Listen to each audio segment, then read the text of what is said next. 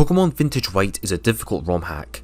If Blaze Black was a 6 out of 10 in terms of Nuzlocking difficulty, and Emerald Kaizo was a 10 out of 10, then Vintage White would be an 8 to an 8.5 out of 10. The game is hard enough as is with Hardcore Nuzlocke rules, and though many people have managed to beat it, like me, it still requires a lot of skill and preparation to accomplish. But in this video, I'm going to attempt to take things to the next level. I'm going to try a Monotype Hardcore Nuzlocke of Vintage White. That's right, to my knowledge, nobody has managed to do this yet, and is really not for the faint of heart. I will be using dark types as it's one of the best types in this game for a Monotype Nuzlocke. Water probably is the number one best type, but it's kind of boring as water is just such an over-represented type in almost all Pokemon games. So standard Hardcore Nuzlocke rules will be used, and I can only catch and use dark types. Something to note is that this game changes many Pokemon to become dark types that previously weren't. Fearow, Seviper, feraligatr and several others are now dark types in this game, giving you quite a lot of options to use. A word of warning to anyone wanting to try this is that this Monotype challenge is very hard and very RNG reliant to get going, especially the early game. Personally, I would not recommend this, so be warned. And keep in mind that Dark is probably the top 3 best types to do a Monotype. If you're doing anything that's not as good, like Bug or Steel or Fire, it's probably almost literally impossible. So with that established, how far can I actually make it in this extreme challenge? Well, let's find out. So start the run. And this is the very spicy part of my challenge, and the only compromise I will be doing. The starter. For a Monotype Nuzlocke in this game, I will allow myself to pick my own starter, since Trico, Mudkip and Torchic just don't fit the bill. Now you could pick whichever mon you want to be your starter, especially as there's no set rule set for this, but thematically it makes the most sense to pick a Pokemon that is a starter that's also a dark type, so this leaves me with only 2 options, Totodile and Tepig. Now Todo makes the most sense as it is available in the main game normally, where Tepig is only available in the post game, but I'm definitely going to pick Tepig for a few reasons. Tepig will make the run a lot more doable. Not only is Fire Dark very useful, especially for Berg, but Totodile is already a guaranteed mon in this game, so by picking Totodile as your starter, you're basically wasting a potential encounter, which is really limited as is, and in this run, you will need every encounter you can get. Also, Emboar is just one of my favourite mons in general, so there's that too. It's pretty awesome. And in this game, Emboar's stats are really impressive as a complete tank. Sucker Punch will hit like a truck, and Rock Head is just incredible. Flare Blitz, Head Smash, and most importantly, Night Daze, being a staggering 140 base power physical dark move, with no drawbacks because of Rock Head. It's just incredible. It's Outrage but stronger, but without any of the downsides of using it, with 133 base attack to go off of. That's incredible. Even Pigonite with adaptability is a pretty strong early game mon, making it just really fun to use. So for this run, I allowed myself to hack in a Tepig and treat it as my starter, replacing Torchic. And I allowed myself to hack in a perfect IV Adamant Tepig, because, like, come on, as if this wasn't challenging enough. Really, you'll need every advantage you can get, but this is the only concession that I will be making to make the run just a tiny bit more doable. So with that established, now we have to actually start the Nuzlocke for real. So start the run and things already start to get really interesting, and by that I mean really scuffed. I start off with Route 2 with the only options here to encounter being Poochyena and Spearow, but because Poochyena is the only available dark type that you can get at Route 3, Spearow is really the only good option to pick here. So reset until you get the 50-50 Spearow. It's a great mon, and the flying type along with Intimidate is more important than ever for stopping bug and fighting types. After that, go to Akumula Town and get your guaranteed Cacnea. Ideally you want Water Absorb for early game, but it's not the end of the world if it's not Water Absorb. Then after that you go back to Route 1 to get the only dark option being Carvanha. Speed Boost gives Sharpedo pretty good use as infinite speed, but it's possible to play without it. Now this is where things already start to go wrong, as the first 4 battles of this Nuzlocke are all RNG reliant.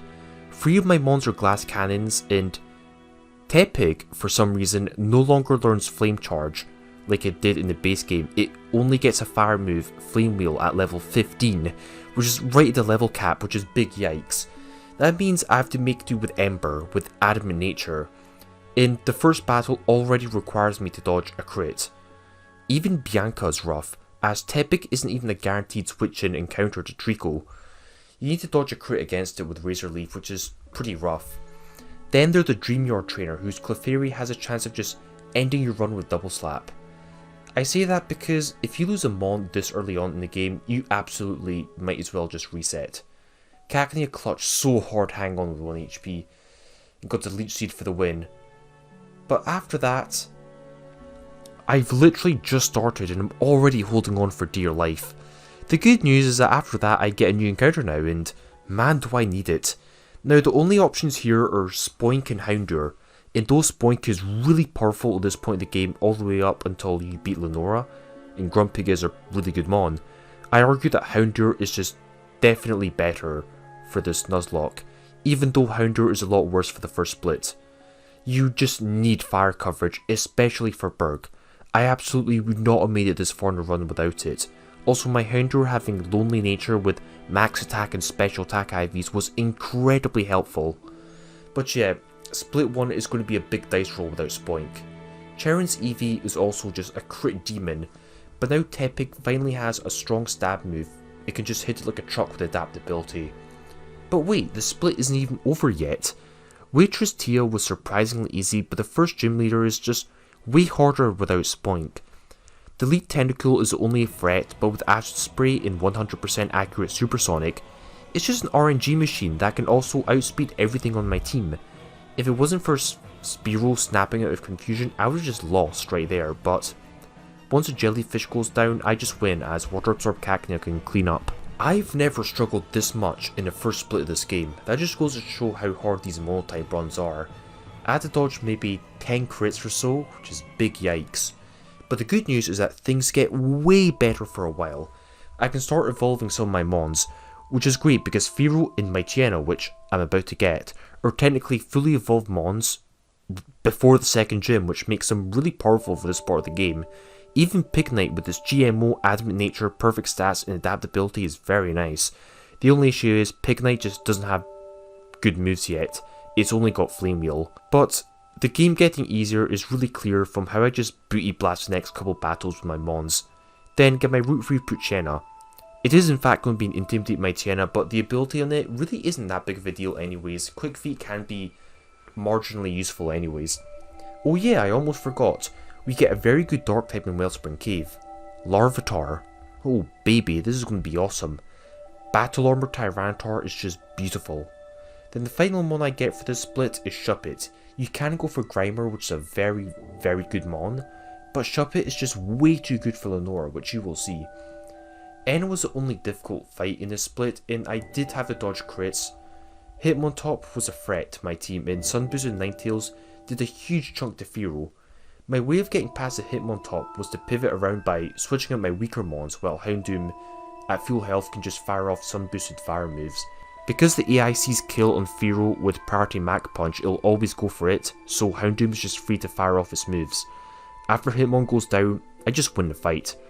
The rest of the split is pretty free now. The final gym trainer, for example, gets completely bodied by Shuppet.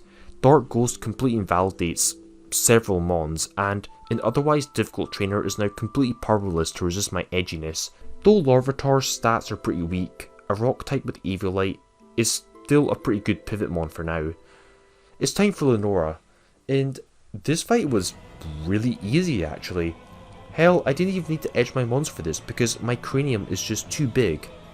The lead Lickitung could have went wrong because it does have a random self-destruct chance, but Eviolite Pignite was able to free shot it with a Rock Smash. Vigoroth comes in, and this is where the memes begin, as it literally can't do anything to me. I've got Insomnia. Biatch. So you just spam Will-O-Wisp, predicting the switch out, and she gets bodied. Then she sends Vigoroth back in when I beat her next mon, so I could just meme on her again. I meme by pivoting between Shuppet and Houndoom till the Girafarig is weak, so Dark Gem Fearow can just switch in and whack it. And then it can booty blast the Kecleon that comes in with its beak. Oh baby. leaving only slacking, which is why I need the Shuppet to be healthy for it. Once the slacking is burnt, it just stands no chance. Pretty free gym in it. Now this split is going to be interesting coming up, as things start to get harder again, and there will be some RNG, which we all love. You love being forced to dodge crits. The first trainer you fight could be a problem because they have spooky scary bug types, but Houndoom just doesn't care. The first grunt's seviper has a reputation for being sussy, but Shedskin Pupitar just puts it in its place. Then I get my next encounter being a Nuzleaf, which is a really underwhelming mon. It's only really good for fake out double battle strats, and that's kind of it. In his fight, I had to dodge a crit is actually miscalculated the switch in order, which was pretty scary. You really can't afford mess ups in this run. The margin of error, especially at this point, is very slim, so you just can't afford any screw ups. The final grunt gets completely dumpstered. Pignite is a strong backer when Flamewheel can one-shot Shiftry. That's how you know it's strong. It's time to prepare for the dreaded bug gym, and I am not looking forward to this. But before that, I go to Route 4 and get Corpish. Shellenberg Crawdon is absolutely incredible, but adaptability Crawdon kinda sucks. Unfortunate. No fossil means I no longer have to fight those mandatory pinwheel trainers, which is nice. But here, I allow myself a concession due to a technicality. Now in base black and white, it's technically possible to get a Zorua in this point in Castelia City by transferring a Celebi from Heart Gold and going up to specific Castelia City NPC. You will trigger an event where you get given a Zorua. As this is technically still in the game, I allow it, so I hack in, I legally transfer a Celebi from a DS console, which I still have, and I get myself a Zorua. Despite giving myself a mon here, I almost literally never use Zoroark at all in this run, so it was surprisingly lame anyways. With that, Gym 3 awaits me, and I am really not looking forward to this. Hell, the first trainer who only has 2 mons is actually monstrous as is. His Cypher literally cannot be hard countered by my mons at all, so crits will have to be dodged. Houndoom is slower, and fearow just gets killed by a crit. I had to dodge 3 whole crits to beat this fight flawlessly. I was so close to having to reset the whole run right there, so I really lucked out. But then there's a second trainer with 4 threats in her team. This might be even harder. The Masquerain was a huge problem as it put me in such a bad position. This is because the next mon to come out will be a huge power Aridos, which nothing on my team is capable of countering safely, and Houndoom is the only good check to it. It's not even a counter. So Houndoom has to somehow switch in safely, finish off an injured Masquerain, and not be stun spored. I had to bait an attacking move, and thank god I did not go for Bubble Beam. I was only dead to a crit anyways, but I still kind of lucked out there. But once Houndoom gets in safely and kills Masquerain, I could just sweep for the win. That was nice. But this isn't over yet. Now the real fight begins with Berg, and a double battle against 6 strong bug types is almost impossible to do deathlessly. It's in the realm of possibility, but extremely unlikely. It's just not going to happen. I'll need a very solid strategy to make it past this in one piece. And the worst part is, I just have to accept that I will need to sack, so I need to pick my worst mon and designate it as my sack, which is pretty bad. But after a while of planning, I think I've got a strategy for this. Will this even work? Who knows? So the battle starts, and I lead off with a pre-damaged fearow, and it is always dead to the lead's attacks, Silverwind and Thunder. This beats attacks from Volbeat and Delumis, and allows Houndoom to get off some free damage without getting attacked. This allows me to get a double KO next turn because I use Protect on turn 1, which will then always bait in Yanmega and Dustox. I could then have fearow Protect again, and bait in more attacks on fearow, letting Houndoom just get another KO on Yanmega. But things go really wrong here as I completely forgot that Dustox will go for Electro Web and not Bug Buzz, which will slow down my Houndoom. This is a very bad spot as my sweeper no longer outspeeds here. I had to completely change my plan here on the fly. I can at least beat Scizor by once again baiting an attack, then U-turning fearow to break the Scizor sturdy, then going into my sack, which is Mightyena. It's arguably my worst mon, as Mightyena, though it's decent in the vacuum, is nothing that my other mons can also do. Because this is a mono dark, everything here can just do Mightyena's job but better. It's just another mono dark mon, so it can afford to be sacked. Unfortunately, my channel got crit, which means that I couldn't pivot around nearly as much as I could have, because if my channel was still live, it would have had a pretty low amount of health, so I could have used it to bait in attacks again and done some more pivoting with it, but that's unfortunate. Now is a moment of truth as Demon Cross comes out, and the worst part about this is that the Heracross AI can be really random, so I have no idea how to bait out attacks in this. I was ready to sack again as I didn't think I had another option, I just had to risk here. My sack would have been Shiftry, but miraculously, Heracross did take the bait and tried to attack my protecting fearow, giving Shiftry the safe switch in, letting me use Fake Out, then one-shotting the Heracross. Then I just gang up in the final Nuzlocke for the win. This was such a tense fight that, surprisingly, it only had a little bit of RNG. Overall, it mostly went exactly as my galaxy brain had predicted. That goes to show how enormous my cranium actually is, and the best thing is, I'm post-Berg with only one loss overall on a Monotype run. You just can't hang with me, bruh. And the best thing is, I can now evolve my Pignite into Black Ember, and this thing is an absolute demon. It no longer has adaptability, but it gets Sucker Punch, and this thing is just monstrously powerful, you will see soon. Things are okayish now. Not too easy, but not too difficult either. Bianca's next, and she's okay, with only 4 mons in her team to worry about. Crawdaunt can counter her Banette. My Banette can counter her choice band Feraligatr because I lock it into superpower, and it also beats Sceptile, funnily enough, as the AI switches it in on my Will-O-Wisp. But the final Cordillera was super sketch as there was no guaranteed counter to it, because it could just spam Ancient Power and potentially get a boost. Houndoom surprisingly got one-shotted by its Ancient Power crit, even though Cordillera was a minus special attack nature. This is really bad, but honestly, I'm still doing really well in this grand scheme of things, and Houndoom has contributed greatly to this run by basically carrying the Berg split. And now Ember can take its place as a main fire type. You can't dodge all crits, I guess. Charon's next, and this was a very simple fight, even though it's a double battle. Good old pivot strats. Shiftry can bait attacks to itself and fake out on Manectric turn 1, while Cacturn gets a kill on Vaporeon, and another one on Swampert. Banette can come in on the next double attack, and Cacturn can get a third kill with Sucker Punch, then gang up on the final Burnt Snorlax and win. Easy fight. The same could not be said about the worker Route 4 with the Hail team. The Lapras was a main challenge as I just could not damage it enough and had no way to remove the Hail. The Lapras would constantly heal 12% each turn as I would take 6%, basically whittling me down. Not to mention Lapras is a bulky baka. I had no choice but to just attack and pray. And yeah, my Cacturn went down to a crit. Not much I could have done there, and Crawdaunt barely held on and managed to beat the Lapras. At least adaptability was useful somewhere. I guess you do have shell armor 15 out of 16 of the time.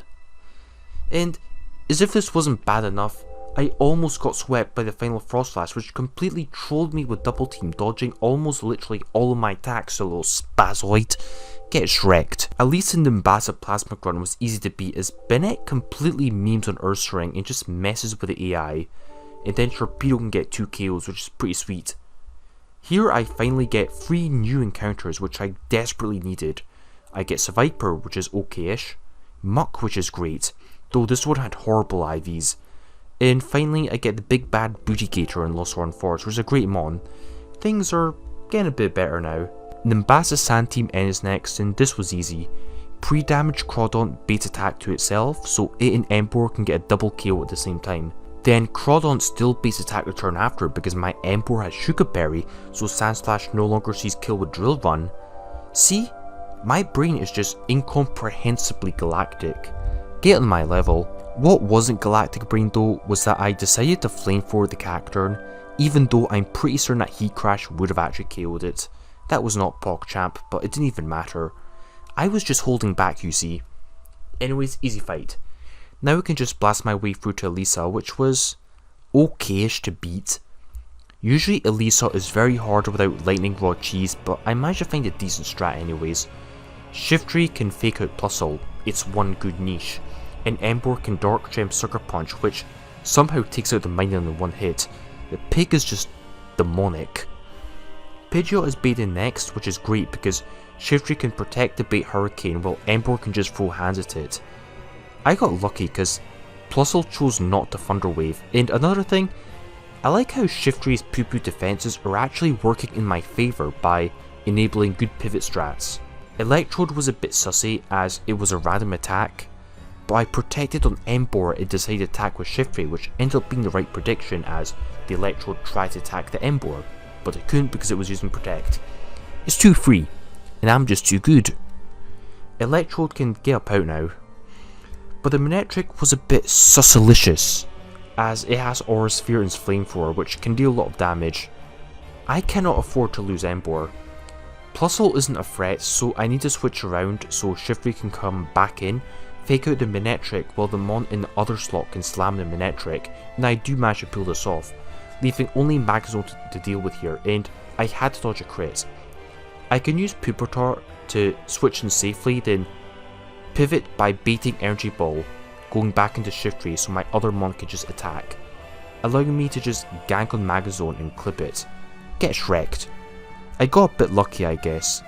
Had the Shiftry got hit by Thunder Wave early on, or Ember, then things would have been really bad, and this battle could have gone a whole nother way, but it's all good anyways.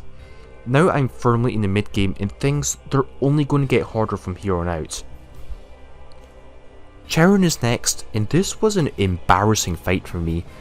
A fight that otherwise should have been free was actually a clutch win because of horrible misplays on my part. I started off by miscalculating the Monotype's damage output and completely underestimating it. But the Metagross was where I really messed up, as I did not plan for it enough. And it got 2 Meteor Mash boosts in a row, and it didn't even miss once. I had to dodge crits, which luckily I did, but really, I did get unlucky in the first place because of those double Meteor Mash boosts, so the luck kind of cancelled out. Feraligatr barely held on and managed to get the KO on Metagross. Then I had to dodge a Hammer Arm crit on my Shiftry from the Swampert, which was rough. It was going for a random move, so this was not my finest hour, and I could have avoided a lot of these problems, but I'm just glad to get out of this in one piece. At least I get more encounters after this. Eevee, which is just decent. Umbreon isn't as insane as usual in this game. And Clamperl, which actually has pretty impressive stats. But the final one I caught, that was the one that mattered. And it was literally one of the best mons in the entire game. Sneasel, which gets Technician, and it gets the move Beat Up. And it was Adamant Nature. This mon is just ludicrous. At times, Weavile is so strong it feels like you're using a cheat code. Beat Up can easily go up to like base 105 power, and is boosted by Technician on top of that. I completely dunk on this trainer here after using one Hone Claws. Weavile's just committing crimes against humanity, or crimes against Pokemon I guess. Speaking of insanity, Ember now gets the move Night Days, a 140 base power move with literally no drawbacks, and it goes off completely, dunking on this Ghost Trainer that a lot of people actually really struggle with. Things are going so well for me, right? I mean, with these powerful mons? Well, about that, I got reverse Uno'd, and it was my own fault, and the run ended. Yup, just like that. This Omastar went for Shell Smash and swept me. Sort of. I dropped the ball so hard it was kind of embarrassing.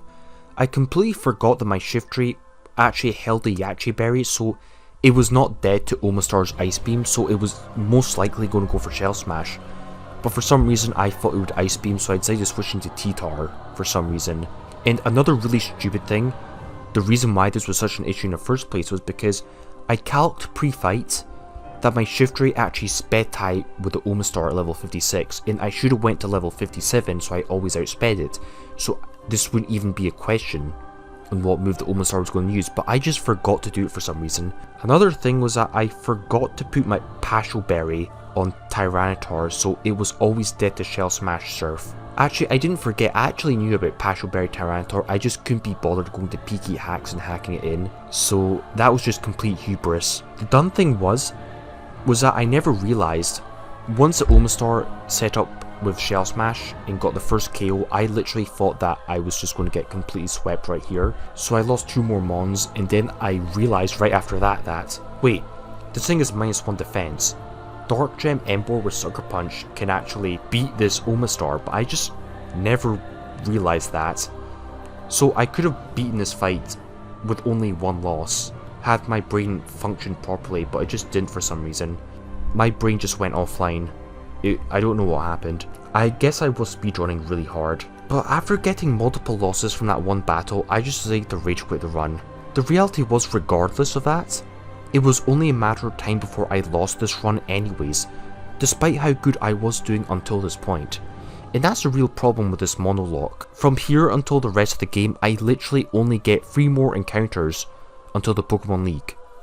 Yes, Sableye, which is guaranteed in Chargestone Cave, is absolutely busted, but despite how insanely good Sableye is, it's not going to carry every single threat for you, and I don't really have the best mons to back it up anyways.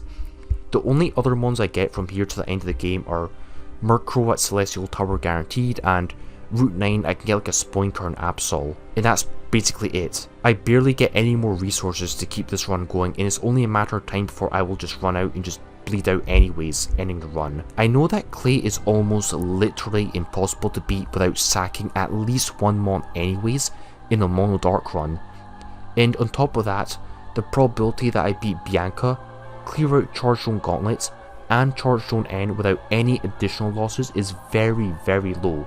So I was just doomed sooner or later anyways. I will say that Mono Dark Nuzlocke is technically in the realm of possibility, but there's so little room for error. If you want to do this, then be warned. So this pretty much concludes the video. I hope you enjoyed it. I might do more Monotype locks. So yeah, let me know what you want to see, and I guess I will see you all next time. Like, comment, subscribe and all that good stuff, and goodbye.